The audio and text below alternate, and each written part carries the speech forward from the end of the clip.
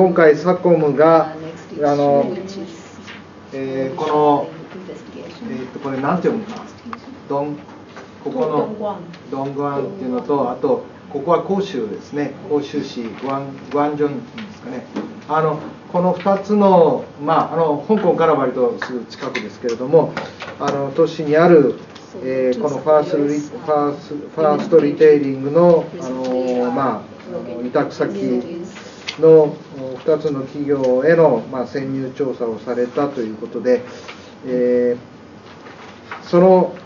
なんでこの2つを選んで潜入調査をされたのかという。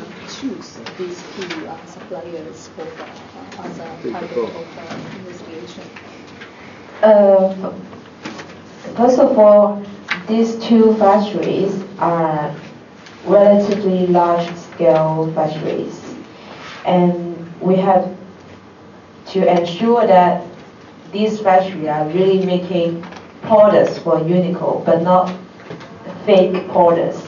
because the brand can say they are not producing for Uniqlo, something like that. So when we do research on in internet, we found out that they have official business relationship with Uniqlo. So we have confidence that they are really making for Uniqlo, so that we can target Uniqlo. 企業の中には本当にそこに納入していないのに大きなブランドに納入しているというふうなことを言っているようなところがあるので、ネットとかで調査をしたときに、この会社が本当にユニクロの納入業者であるということがきちんと確認できたということがあるのと、それから彼らが大きな規模の会社であるということが確認できました。One more point, because of the convenience of location as well. Because SACOM is actually a small NGO, we have our limited manpower. So we couldn't, sometimes it is hard for us to investigate it into factory which locate really far away from Hong Kong. But these two factories are located in Dongguan and Guangzhou, so it is very close to Hong Kong, and it is easiest for us to do interview or other things. あともう一つのポイントとしては、SACOMというのは小さい団体なので人的資源が限られているものですから、香港の近くにあるところであれば調査がしやすいということもあります。でこの2社は先ほど言ったように東岸とそれから広州にあるので近いというふうなメリットもありました。なんでこの2つを選んで潜入調査をされたのかという。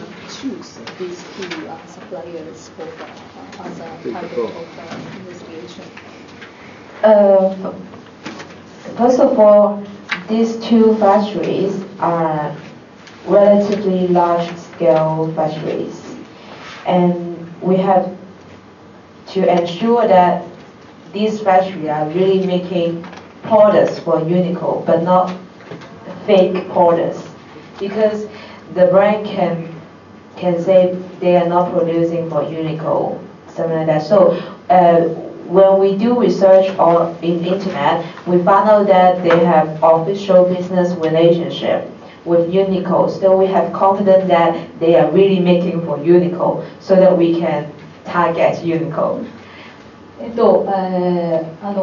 企業の中には本当に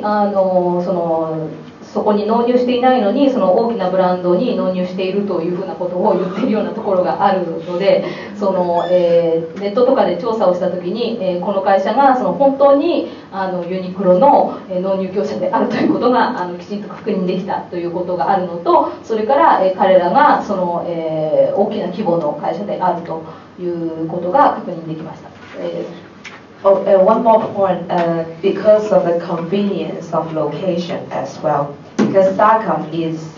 actually a small NGO, we have our limited manpower. So we couldn't, sometimes it is hard for us to investigate it into factory which locate really far away from Hong Kong. But these two factories are located in Dongguan and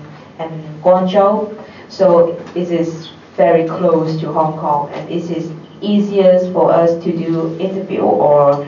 other things. あともう一つのポイントとしては、SACOM というのはその小さい団体なので人的資源が限られているものですから香港の近くにあるところであれば調査がしやすいということもあります。でこの2社は先ほど言ったようにその東岸とそれから広州にあるので近いというふうなメリットもありました。それでその潜入調査によって明らかになった事実を少し説明をしていただけますか。Well, we can look at these slides. We have actually I'm the report writer, so there are 2 factories, and I would like to put all the findings in one investigative report. That's why I summarized 4 common problems that also taken place in both factories. Indeed, there are many other smaller problems, but I didn't put in the investigative report. このチャンさんがアレクサンドラさんが実際にこの報告書を執筆した人です。で、彼女はその調査結果を全部報告書の中に入れました。2つのサプライヤーに共通していたのが大きく言って4点ありました。So there are 4 key findings. I can briefly talk about that because I know that you can read from the executive summary by HRM, which is quite comprehensive. First of all is low piece rate and long working hours. We noticed that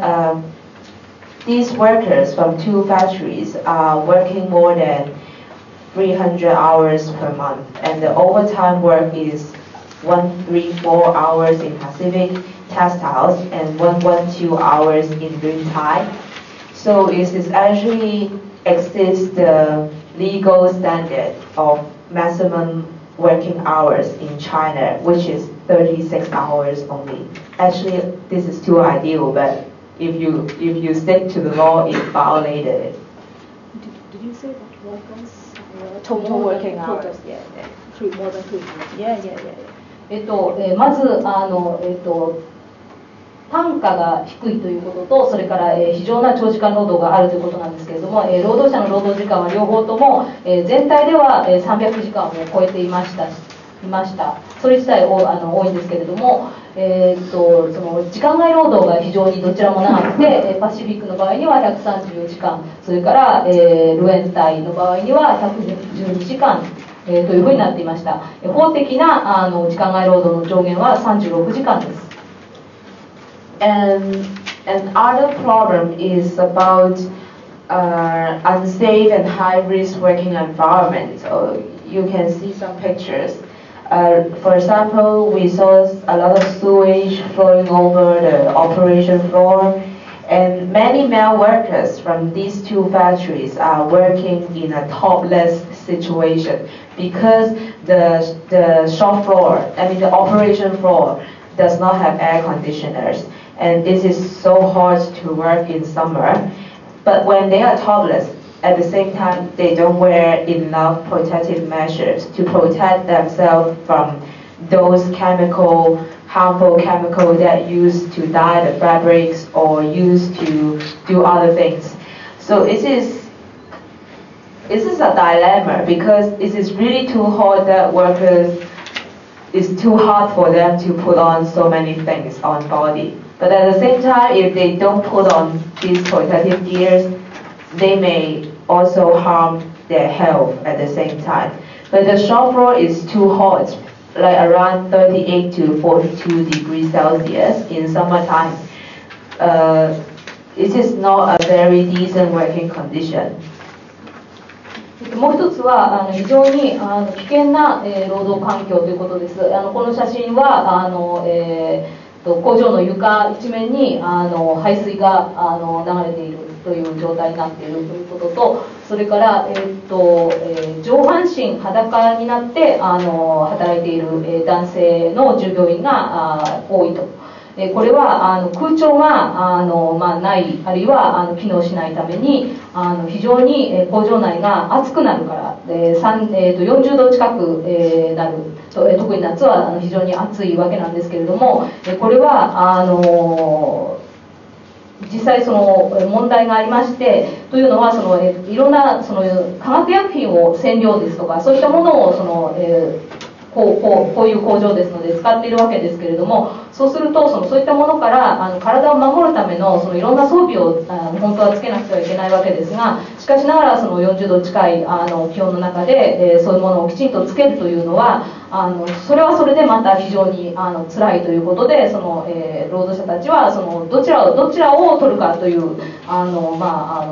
なんていうんですかジレンマに悩まされていると。防御をつけないと、多少は涼しいかもしれないけれども、皮膚をいろんな薬品などでやられるという、そういう危険があるという状態になっているわけです。More pictures. Well, you see this worker again topless because too hot, and he is fixing the problems of the knitting machines. And the knitting machine is around 2 meters high, but he just climb up and then fix it. This is actually quite dangerous if he fell down. And こちらの左側の写真ですけれども、こちらの男性の従業員もやっぱり暑いということで上半身裸になっています。それで彼は今何をしているかというと、編み機を修理するために修理してるんですけれども、この編み機の位置が高くて2メートルぐらいの高さのところにこういうふうな服装で上がって、作業をすると、高いところに上がるということもそれ自体危ないことです。Another picture is, sorry, this is not very clear, but you see a woman standing on the chair to do the knitting in the shop floor. Actually, a lot of our investigators have witnessed a number of these workers fell down from the unstable chair while they are working. で右側の写真なんですけれども、ちょっと見づらいんですが、高い、椅子というか台というかそういったものの上に女の人が従業員が乗って編み機を操作している、ところだそうです。それで、この台が不安定なものですから、そこから実際に工場の中に入った調査員が従業員の人たちが転落するのを、目撃しました。Because workers have production targets, they have to fulfill the production target, and they are not only take care of one knitting machine, they are taking care more than 4 or 6 knitting machines at the same time. So that's why they are in a headache. They want to produce faster, and if this pressure may push them to work too fast, and then they fell down from the chair. Of course, the chair may be also quite unstable at the same time. で、この椅子が不安定なだけではなくて、生産ノルマがあるわけなんですけれども、それを達成しなくてはいけない。で、さらに1人の従業員が1台の編み機を操作しているわけではなくて、4台とか6台とかそういったたくさんの台数の編み機を1人の従業員が操作すると。で、ノルマを達成するためにさっさと仕事をしなくてはいけない、そういうプレッシャー、そういったものも重なって転落事故が起こるわけです。The third problem is they have a lot of fines in these two factories. So if you are lazy from their point of view, or if you are making some defects in the products, your productivity bonus will be deducted. Productivity bonus is actually very important to workers' monthly salary, because only by working 8 hours a day, it is never enough to make a life in China, because the basic wage is very low. It's just 1,000 renminbi, 1,100 renminbi. So if they are if they also need to pay this kind of fines, it will actually put a lot of pressure on them as well. で3つ目の問題点が、罰金の制度です。例えばその出来上がった製品に問題があるとか、それからその、経営側から見てその、一生懸命やってない、ちょっとサボっていると、そういったそのいろんな理由でその、労働者は、罰金を取られます。でその罰金が、生産ノルマを達成した、ボーナスから差し引かれるというわけなんですが、その、生産達成ノルマというのは実は彼らにとって非常に重要です。基本給が、1100人民元程度という非常に低いレベルなので、それで8時間働いただけではほとんど稼ぎになりませんから、その彼らの、稼ぎの中で生産ノルマ達成手当というものが非常に重要な意味を占めているわけなんですけれども、その貴重な生産ノルマ達成手当から罰金がいろいろな口実で引かれるわけです。Last but not least, we found out that both of these factories do not provide an effective platform for the workers to express their concern to the management or to the factory or to the brands. So even though Pacific Textile, for example, it has a trade union, but the trade union is not effective at all. Most of the workers do not take it seriously. They have problems, but they seldom approach the trade union for help. So which is a pity, even though trade union exists in that factory. But for Luntai, it doesn't have trade union, but something like workers committee group or employee relation department, which at the same time is physically exists but not that functional, because they have those suggestion boards, something like that, but workers seldom use it to reflect their opinions to the managers. And we think that it is a problem, because if workers themselves cannot have our democratic trade union in factory, how can they really take a rational way to solve disputes among them and the employers? So we think that it is also a problem, and we put it in the report as well. で4つ目の問題点が、労働者がその、権利、自分たちの権利を、保障してもらうために権利を主張する手段であるとか、あるいは、懸念であるとか、苦情とかそういった不満があったときに、それを経営側にきちんと、表明するためのそのシステムがない、あるいは機能していないということがあります。パシフィックの場合には労働組合はありますけれども、これがきちんと機能していない。それで、その頼りにならないということで、労働者は自分たちの問題を解決してくれる仕組みとして、その労働組合を考える、その頼りにするというか、労働組合を使って自分たちの権利をというふうなことを、考えることがない、あまりにもその、機能してないからという状況があります。それからもう一社の、ロエンタイの場合には、労働組合自体がありません。それで、その代わりに、その労働者委員会ですとか、それからその、従業員との関係、経営と従業員との関係を担当する部署っていうのはあるわけなんですけれども、そういった部署もその、本来行うべき役割をきちんと果たしていない。で、そういった形でその、民主的に労働者の権利を代表する仕組みが、きちんとできていません。これがその非常に重要な問題点です。もしその民主的に労働者の権利を代表する労働組合ですとか、労働組合がなかったらば、どうやって労働者は自分たちのその権利を確保し、それから問題点を経営にきちんとその、訴えるということができるでしょうか。この調査結果を踏まえて、サコムとしてはこの調査対象となったこの2つの会社と、ファーストリテイリング社に対して何を求めていますか？ What is SACOM demanding to the two suppliers as well as the fast retailing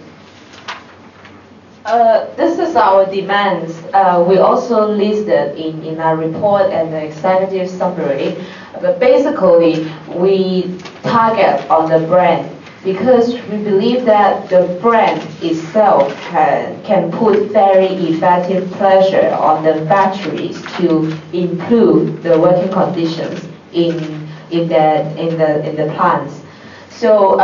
we asked the brand to facilitate and to work with the factories together to improve the working conditions by providing the factories enough resources. Because sometimes if it is only actions taken by the factories itself, it may not have that enough resources to handle all the problems. So the brand should also bear very important responsibility to tackle the problem together. So you can have a look on our demands. So basically every time we have quite similar demands to the brand. 報告書とそれから、先ほどちょっと私がその言い忘れたんですけれども、ヒューマン・ライツ・ナウの方から要約も出ていますので、そういうところに要求事項というものは書いてあるんですけれども、このような要求を、工場とそれからブランドの両方に、出していますが、サコムとしてはそのブランドをよりブランドユニクロの方をそのより重要なターゲットだとして考えています。というのはブランドの方はその実際の工場に圧力をかけることが一つ、その事態の是正のために圧力をかけることもできるし、それからもう一つはその工場そのものが持っていないようなその改善するためのいろいろな資源を、ブランドの方は持っていますので、それを提供して支援することによって工場でその、改善が進むことを、促すことができるというその両方の理由でそのブランドの方を主なターゲットにしています。で、実際にその労働者の状況を改善する上でブランドの方が持っている責任というのは非常に大きいものがあります。One specific point is that every single time we release this kind of report, we have the third point. This is to support the setup of a fully worker representative trade union in their supplier by direct and democratic election. It is actually the most common demand of SACOM because we believe that workers have to be empowered by using a bottom-up approach rather than we help workers, blah, blah, blah. But workers themselves can help themselves. So by having a trade union, they can have a way to say, people can hear them, people can know their voices. So it is the key of SACOM labor campaign actually. それでその、ブランドやそれからその実際に問題を抱えている企業工場にサコムがこれまで出してきた要求っていうのは、大体その、似たようなものになるんですけれども、サコムが特に大切だと考えているのは労働者がきちんとその自分たちの利益を代表する、組合を持つということ、それができるようにその直接のそのサプライヤーとか工場とかも努力すると同時にブランドがそれを支援するということが非常に大切なことだと考えて、それを重要な要求として据えています。というのはなぜかというと、その労働者が力をつけるというのは実際にその民主的な仕組みを通して下から労働者自身からその力をつけていくということが大切なのであって、そのよそのサコムの